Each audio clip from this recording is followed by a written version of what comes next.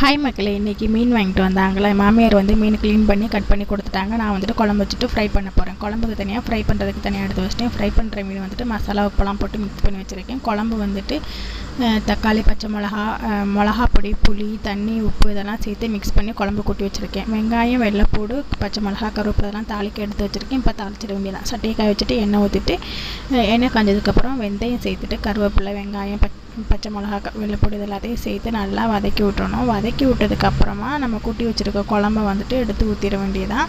குழம்பு வந்து எனக்கு கொஞ்சம் கம்மி ஆயிடுச்சு. அதனால் கொஞ்சம் எக்ஸ்ட்ரா கொஞ்சம் தண்ணி சேர்த்தேன். தண்ணி சேர்த்ததுனால மிளகா பொடியும் உப்பும் கம்மியாயிடுச்சு. அதனால் வந்துட்டு கொஞ்சம் மிளகா பொடி, உப்பு எல்லாம் சேர்த்து நல்லா மிக்ஸ் பண்ணிவிட்டு எல்லாம் கரெக்டாக இருக்கான்னு செக் பண்ணிவிட்டு தட்டை போட்டு மூடி வச்சுட்டு குழம்பு கொதிக்கட்டும். குழம்பு கொதித்து வற்றி வந்ததுக்கப்புறம் தான் நம்ம மீன் எல்லாம் சேர்க்கணும். அதனால் அந்த அடுப்பில் குழம்பு கொதிக்கிற கேப்பில் வந்துட்டு இந்த அடுப்பில் தோசைக்கல்லை வச்சு மீன் ஃப்ரை பண்ண ஆரம்பிச்சிட்டேன். மீன் நான் வந்து ஃப்ரை பண்ணும்போது எப்போயுமே அதிகமாகலாம் எண்ணெய் சேர்க்க மாட்டேன், கம்மியாக தான் எண்ணெய் சேர்ப்பேன். ஏன்னா வந்துட்டு நம்ம மீன் பொரிச்சு எடுத்து இது போக மிச்சம் இருக்க கொஞ்சமாக இருக்க எண்ணெய்னா குழம்புல ஊற்றலாம். நிறையா இருந்துச்சு அதனால் அது ஒன்றுமே பண்ண முடியாது, வேஸ்ட்டாக தான் போகும். அதனால் நம்ம கம்மியாக வந்துட்டு எண்ணெய் சேர்த்து தான் மீன் பொரிப்பேன். அப்போ தான் வந்துட்டு எண்ணெய் கொஞ்சம் மிச்சமாகும். எண்ணெய் விற்கிற விலைவாசிக்கெலாம் எண்ணெய் வந்துட்டு அதிகமாக ஊற்றி அதை வேஸ்ட் பண்ணுற அளவுக்குலாம் நம்ம வந்துட்டு பெரிய லாடில் பக்கத்தாசு கிடையாது அப்படின்றத மைண்ட் செட்டில் வச்சுட்டு நான் வந்துட்டு எப்போயுமே வந்து கம்மியாக தான் எண்ணெய் ஊற்றி மீன் ஃப்ரை பண்ணுவேன்.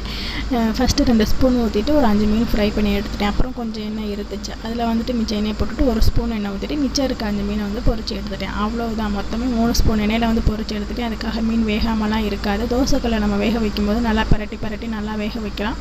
நம்ம சட்டியில் போட்டு எண்ணெய் நிறையா ஊற்றி எண்ணெயில் வந்து மீனை நீச்சல் அடிக்க விட்டு நம்ம அப்படி பொரிச்சு எடுத்தோம்னா அந்த எண்ணெய் வந்துட்டு சுத்தமாக வேஸ்ட்டாக தான் போகும். அதுக்காக இந்த மெத்தட் வந்து ட்ரை பண்ணி பாருங்கள், நல்லாயிருக்கும், ஈஸியாகவும் இருக்கும், சிக்கனமாகவும் வந்து எண்ணெய் வந்து நம்ம செலவு பண்ணுற மாதிரி இருக்கும்.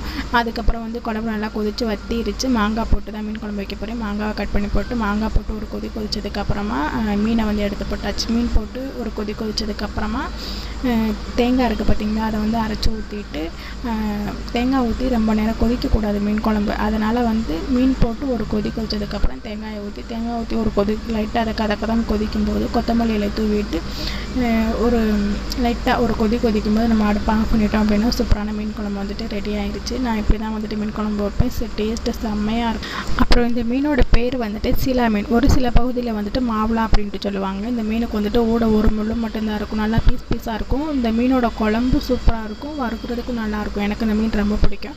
அப்புறம் மீன் குழம்புல போட்ட மாங்காய் வந்துட்டு எத்தனை பேருக்கு பிடிக்கும், மீனை விட மீன் குழம்புல போட்ட மாங்காய் எத்தனை பேருக்கு பிடிக்கும் அப்படின்ட்டு கமெண்ட்டில் சொல்லுங்கள். எனக்கு வந்துட்டு மீனை விட மீன் குழம்புல போட்ட மாங்காய் தான் ரொம்ப பிடிக்கும். எங்கள் வீட்டில் இதான் லஞ்சு, மீன் குழம்பு, மீன் ஃப்ரை, ரைஸ், இதான் வந்துட்டு லஞ்சு. நீங்கள் என்ன சாப்பிடுங்க?